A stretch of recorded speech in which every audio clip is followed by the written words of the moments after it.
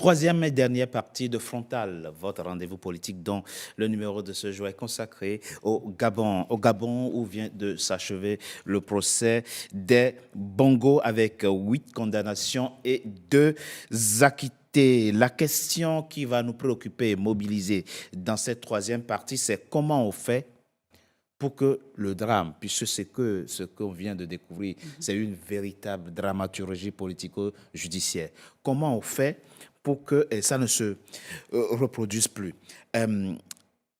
Vous avez décidé, après le dialogue national inclusif, Madame Nandon, vous Gabonais, que plus jamais la première dame ne sera d'un autre pays. Exact.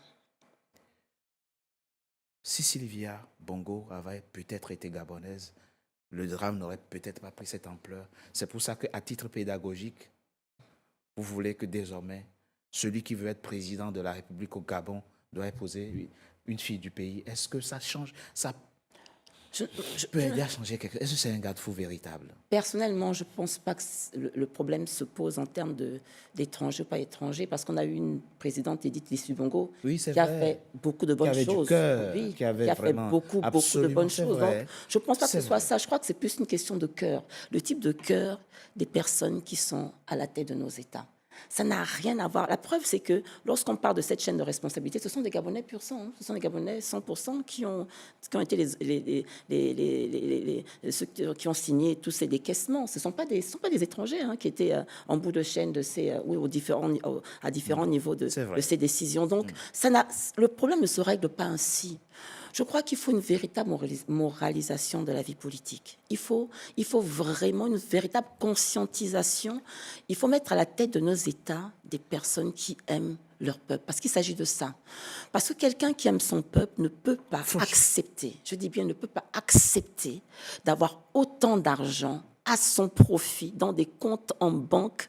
Alors qu'il n'y a même pas d'eau dans certains hôpitaux. Il n'y a pas de lumière, il n'y a pas de courant. Je ne parle même plus d'université, je ne parle pas d'école. Donc, je ne pense pas que c'est pas parce qu'on aura des femmes gabonaises. On a eu une présidente gabonaise, la mère d'Ali Bongo, qui a à son époque aussi dévalisé une banque. Il faut le dire. Il faut le dire, c'est dans l'histoire du Gabon.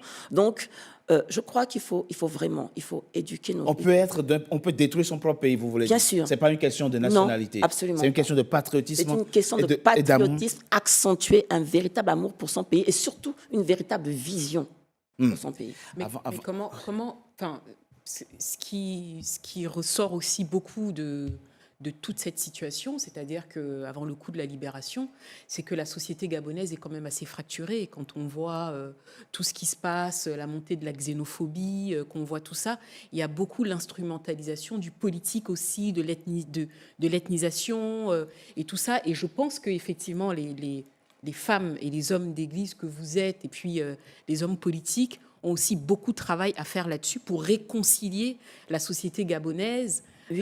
Parce que là, on sent qu'il y a une société qui est quand même assez fractionnée. On a toujours utilisé les ethnies justement pour des besoins électoraux.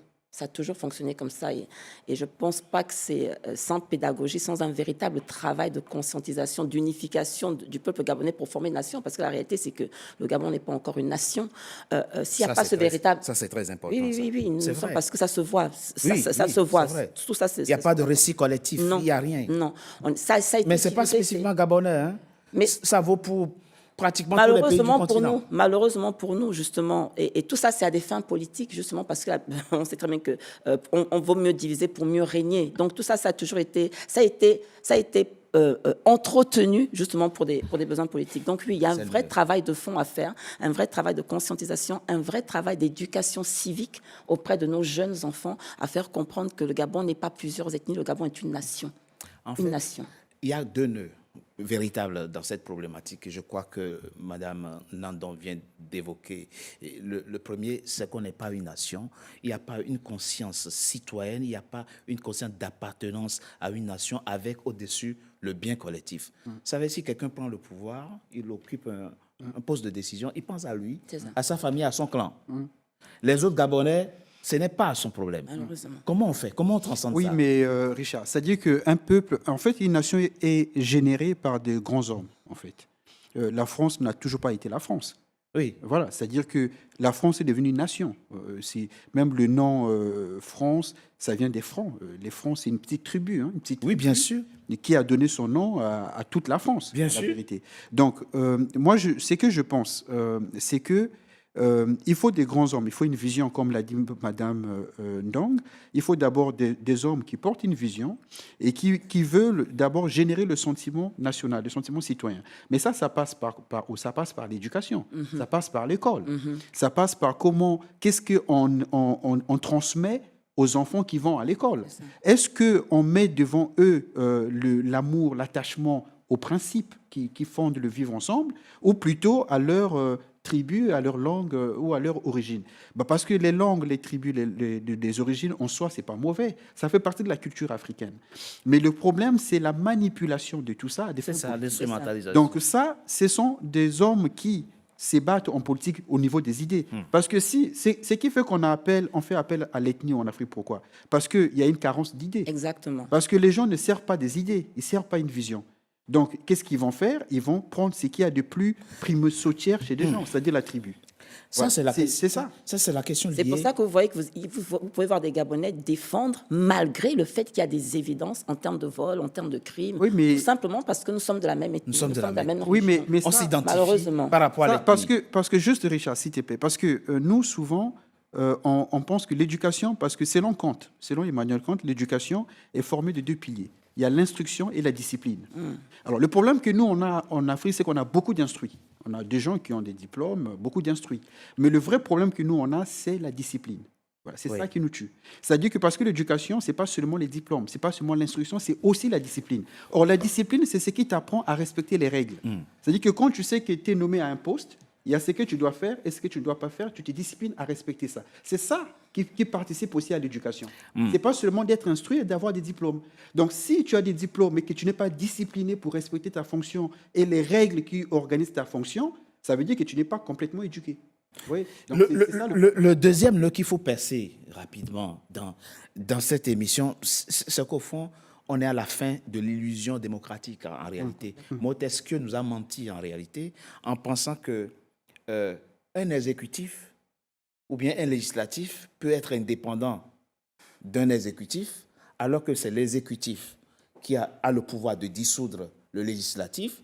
S'il a la majorité à l'Assemblée nationale, l'exécutif et le législatif font un, c'est l'exécutif qui nomme les responsables du judiciaire. Mais c'est un faux truc. La démocratie est la forme de l'État telle que pensée par Montesquieu et les Voltaire. Ça n'a aucun sens. En tout cas, ça ne marche pas. Ça, non, mais en fait, le problème de tous les systèmes, c'est la vertu des gens.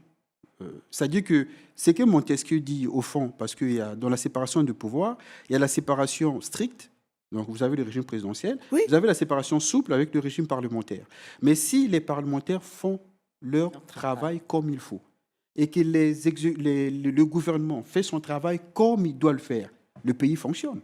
Alors, quand vous avez des députés qui doivent s'opposer, par exemple, à une loi qui porte atteinte aux principes et aux intérêts vitaux de l'État, et qui ne le font pas parce qu'ils doivent défendre le gouvernement, là, le problème, ce n'est pas la démocratie. Oui, parce que s'il se trouve que le président, il est en même temps le chef du parti, avec la discipline du parti, mais laissons même la Oui, ça a toujours été ça a toujours été contre. Mais on quand on prend l'exemple français, Brice Nzamba, en 2023, quand il y a crise institutionnelle et politique, quelle légitimité avait le président français pour dissoudre l'Assemblée nationale? Pourtant, il l'a fait. Les autres ont la même légitimité que lui. Ils ont tous été élus au suffrage universel direct. Mais il a décidé de les dissoudre. Il l'a fait. Ça n'a même rien arrangé, mais il l'a fait quand même. Donc, dans un système comme ça, où moi, président, je te nomme ministre de la Justice, les magistrats que tu nommes, c'est sur proposition de mon ministre que j'ai nommé. Comment voulons-nous avoir un pouvoir judiciaire indépendant, oui, mais ça j'en reviens encore à la vertu des hommes. Oui. Voilà, c'est-à-dire qu'en France, on a quand même jugé Sarkozy. Il a quand même fait oui, mais il a quand même fait 3 semaines. C'est une grande première quand même. C'est-à-dire que ce sont les hommes qui font les institutions. Si les hommes sont, comme je l'ai dit, parce que les hommes petits, ils ramènent tout sur le plan moral, les vertus, sur le plan moral. Quand on a une petitesse, une morale petite, on ramène tout à son niveau. Donc, mais Maître Nzamba, je crois que la solution, elle est exactement dans ce que vous êtes en train de dire, la vertu des personnes que l'on met à la tête de l'État. Et ça, justement, ça rejoint un peu ce que j'ai entendu dire l'un des accusés qui disait que pourquoi me poser la question à moi alors qu'il y a d'autres personnes qui ont fait pire. Ils sont là. Madame Nandon, Oui. je suis votre cousin. C'est un exemple. Hein. Oui. Je suis président de la République, je vous nomme procureur de la République. Vous pouvez vous autosaisir des choses que moi, mes enfants font.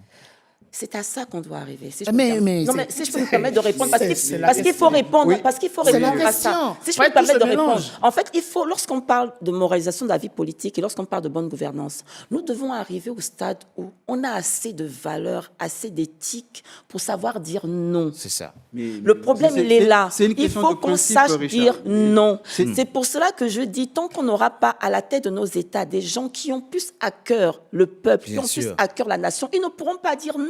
On ne peut dire non que lorsqu'on estime que ce qui me concerne est en dessous de ce qui concerne le bien commun. Mais Madame Nandon, le législateur a résolu ce problème. Par exemple, regardez le Conseil constitutionnel.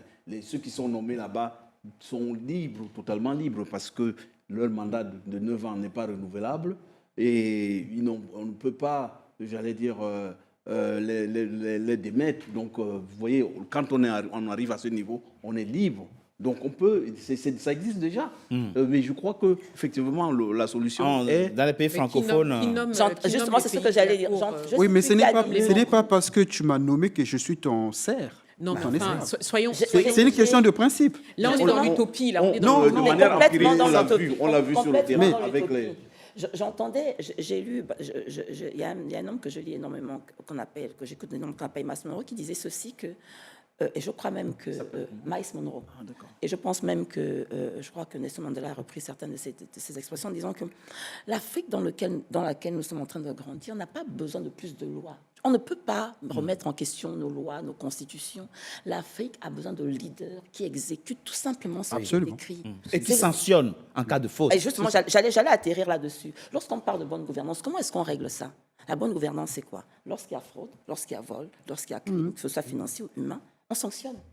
Mais dans la mesure où aujourd'hui, et c'est pour ça que je pose la question, que qu'est-ce qui nous dit que c'est terminé? Parce que dans la transition actuelle, on entend encore parler de crimes financiers. Mais s'il n'y a pas de sanctions, même malgré ce procès, s'il n'y a pas de sanctions, les gens vont se dire, bon, comme je suis le cousin de tel, je suis le frère de tel, ainsi de suite. Il faut qu'on arrive à avoir des hommes politiques qui ont le courage, et je le dis clairement, qui ont le courage de sanctionner, qui ont le courage de donner eux-mêmes l'exemple en termes de vertuosité. Oui, mais le problème, c'est la parentalité. Vous voyez, parce qu'on en revient encore à la tribu. C'est-à-dire que pour nous, l'assise de la légitimité, c'est la tribu. C'est-à-dire que si tu nommes tes cousins, frères et membres de ton clan, si tu commences à les sanctionner, donc vers qui tu vas te retourner si tu as un problème? C'est ça la difficulté. Ah, il y a un président qui a fait emprisonner son frère. Hein. Voilà, parce qu'il s'est d'abord assuré le soutien du reste du clan avant de le faire. Voilà, c'est-à-dire que si tous les individus qui composent un État étaient des citoyens, on peut sanctionner. Parce qu'on va dire que non, les autres vont être contents de ce que je fais, ils vont voter pour moi. Donc les affinités aussi constituent un frein. Les affinités familiales. La manière qu'on interprète les affinités chez nous constitue un frein. Parce que si moi je viens de telle tribu et que je nomme dans mon gouvernement les gens de ma tribu, que je commence à les sanctionner, mais je ne peux plus compter sur leur Donc quoi qu'ils fassent, je ne peux rien faire. Oui, mais quand on entre dans le jeu tribal, on est pieds et poings liés. On est pieds et poings liés. À un certain niveau. C'est ça. C'est-à-dire que quand vous avez affaire à des citoyens, vous pouvez sanctionner, puisque vous savez que votre acte, c'est un acte citoyen qui va être acclamé par les citoyens. Et si on commençait à élire nos procureurs, au lieu qu'ils soient nommés, on commence pas à élire, c'est-à-dire le collège des avocats. Déjà, on sort le président de la magistrature suprême, qui ne préside plus la magistrature suprême. Et les juges, notamment les juges de siège, sont nommés. On nomme les procureurs. Mais ça fonctionne comme ça dans certains pays. Aujourd'hui, ils ont commencé par nommer les procureurs comme ça. Il est indépendant, il ne doit pas son mandat au président de la République. Il peut agir librement. Ça, c'est quelque chose qu'on peut expérimenter, non? Oui, bien sûr. Mais encore une fois, moi, je salue le fait qu'on reconnaisse ici qu'il y a une réalité africaine. Oui, il y a une réalité. Et celle-là, c'est que quand on est malheureusement obligé de gouverner en famille, non, on n'est pas obligé, c'est un choix. C'est un choix qui est fait. C'est la sociologie de chez nous. Malheureusement, quand on prend le cas, par exemple, du Gabon, et il y en a plusieurs, il n'y a pas que le Gabon, ils préfèrent confier des postes à responsabilité aux membres de la famille parce que C'est le cas actuellement aussi. Voilà, parce que disent-ils, les membres de la famille ont fait plus confiance. Mais effectivement, s'il y en a un qui commet des crimes, c'est un peu compliqué parce que le soir, quand on se retrouve Conseil en de famille, c'est un peu compliqué de dire à la tante, finalement, c'est ton fils qu'il faut emprisonner. Donc ça, c'est aussi notre réalité. Je ne sais pas. Mais parce qu'il n'y a pas la citoyenneté. Ça rappelle une image. Il y a Est-ce pas la que situation. vous avez vu l'image du président turc dans un train, le président Erdogan actuel, dans un train, il a soif. Un de ses gars, je ne crois pas, un collaborateur lui apporte une bouteille d'eau, il lève la tête, il le voit, il ne prend pas la bouteille. Et lui, il est allé remettre la bouteille à son fils, qui est venu, la même bouteille, hein, qui est venu la lui donner, et il lève la tête, il voit c'est son fils, il prend et il boit. C'est-à-dire, je ne peux gouverner que ceux en qui j'ai confiance. Oui, mais la confiance, en fait, le critère de la confiance, ce n'est pas forcément le sang. Oui, on est C'est- d'accord. c'est- On c'est- est d'accord. C'est la communauté On d'idées est- on et est de d'accord. visions. On est d'accord. La vérité, c'est ça. C'est que nous, on est encore, parce que bon, c'est une question de niveau de conscience, hein, il faut le dire. Hein. C'est-à-dire qu'on est encore à un niveau où, pour nous, la confiance, c'est le sang. Ce n'est pas la communauté d'idées et de visions.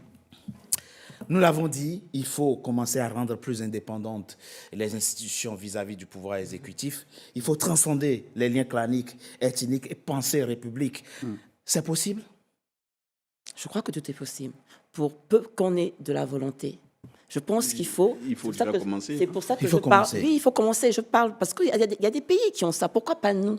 Pourquoi ne pas transcender justement ces niveaux claniques, ainsi de suite? Moi, je pense que c'est possible. Je refuse Punir de les croire... crimes comme elle a Oui, je refuse de croire qu'il y a une fatalité en Afrique qui fait qu'on ne peut pas, Bien sûr, on on est ne d'accord. peut pas voir Absolument. des dirigeants. Absolument. Voilà, on ne peut pas voir des dirigeants répondre de leurs crimes et aller en prison. Dernier point de droit dans cette émission, pour finir cette émission, ils ont refusé de comparaître. Bon. Oui, ils ont la liberté. C'est facile de refuser de comparaître quand on m'a extradé. Mais oui. J'ai pas de, Oui. pourquoi Oui. revenir puisque enfin. Bon, déjà le terme qu'on emploie aujourd'hui pour désigner leur situation, c'est important. On dit ils sont en exil à Londres. Bon, peu importe. Tu peux faire appel quand tu n'as pas été présent à ton procès? Alors, si tu as été convoqué, tu as été convoqué en bonne et due forme, tu as reçu, en fait, la convocation t'a touché, la décision est réputée contradictoire, donc tu peux faire appel, oui. OK. En cas de condamnation, bon, c'est le cas déjà, de condamnation définitive, s'ils sont toujours à Londres, ils ne vont jamais exécuter la peine. Même les 1200 millions, les 1200 milliards de dommages qui sont condamnés à verser à Mais l'État. c'est pour la forme. C'est pour la forme. Ils ne pourront jamais... Non. C'est comme je l'ai dit, pour moi, c'est un procès politique avec un avantage collatéral pour la population. Non, quand vous dites procès politique, il faut qu'on respecte les juges qui ont siégé.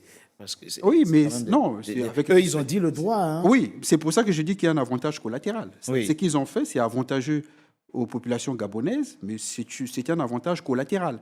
Parce que le but poursuivi par le président Oligui Nguema, c'est avant tout politique. C'est ça. Comment vous voyez la suite de ce feuilleton qui s'est achevé ce 18 novembre, M. Maïga? Merci. En fait, moi, je crois qu'il fallait passer par là pour essayer d'envisager un avenir nouveau, parce qu'aujourd'hui, le Gabon est dans une situation qui est totalement rejetée par la population et à raison. Le Gabon? Donc, le Gabon, je veux dire, la population n'accepte pas cette situation. À la classe politique, vous voulez Non, même la population. Oui, La n'accepte classe pas. politique, Rejette qui? Rejette j'allais dire, le système qui existe Ah, oui, actuellement. d'accord, oui, bien sûr. Et donc, il me semble qu'il fallait purger ce système et passer à autre chose. Et de ce point de vue, je trouve que M. Oligui est un fin tacticien. Bien sûr. Bon, ça ne veut pas dire que je l'approuve, mais en tous les cas, je constate que ce qu'il a pris comme option n'est pas la plus mauvaise. Et ça permet de passer vers des lendemains nouveaux et d'imaginer une nouvelle, j'allais dire, ère politique. Mais, selon moi, et c'est ce que je disais ici, c'est qu'il fallait vraiment aller plus loin et percer l'abcès, l'abcès. Et je crois que l'abcès il y a eu tentative de percer l'abcès, mais elle n'a pas été faite. C'était quoi? Mais c'est-à-dire que, en fait, le procès qui s'est passé là, ça a été c'est un semblant de procès, d'accord. Mais réellement, les vrais, Oui, bien sûr. les vraies personnes et tout ne sont pas Il a le mérite d'exister, ce procès. Oui, absolument. je suis d'accord. Madame Nandon, je vous laisse le dernier mot. Vous êtes femme, vous êtes mère, vous êtes pasteur. Ces gens ont violé l'imaginaire des Gabonais. Oui. Quand le tiers des Gabonais vit dans la précarité et qu'on voit des milliards, que des gens comme ça viennent se présenter, nous parlent de leur montre et même naguent les Gabonais en disant qui aurait refusé. C'est un viol, ce qu'ils ont fait. Ils ont violé l'imaginaire des Gabonais. Vous êtes optimiste quand même pour l'avenir? Oui, parce qu'on l'a dit sur ce plateau, il fallait commencer quelque chose. Il fallait commencer par quelque part.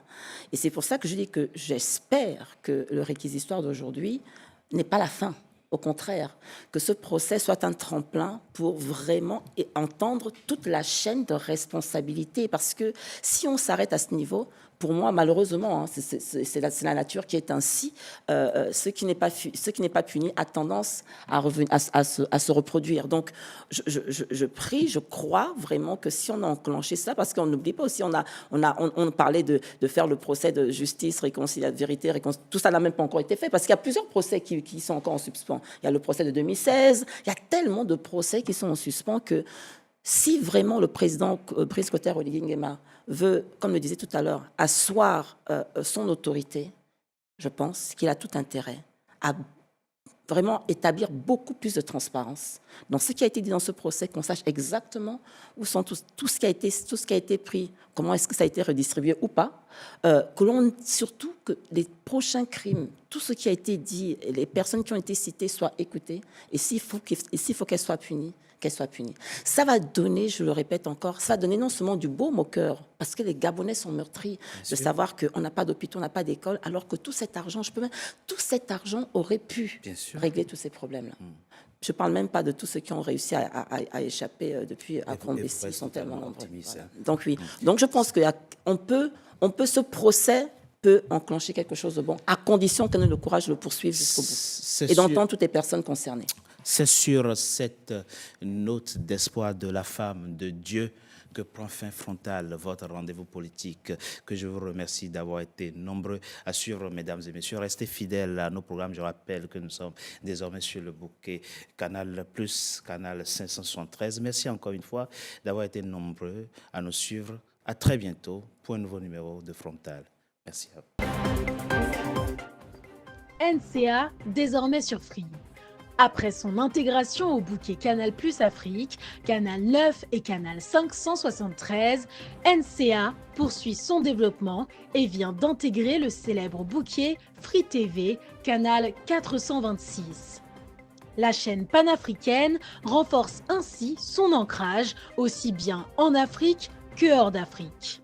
Le développement de NCA, c'est vous, nos téléspectateurs à travers le monde. NCA, la chaîne panafricaine de référence.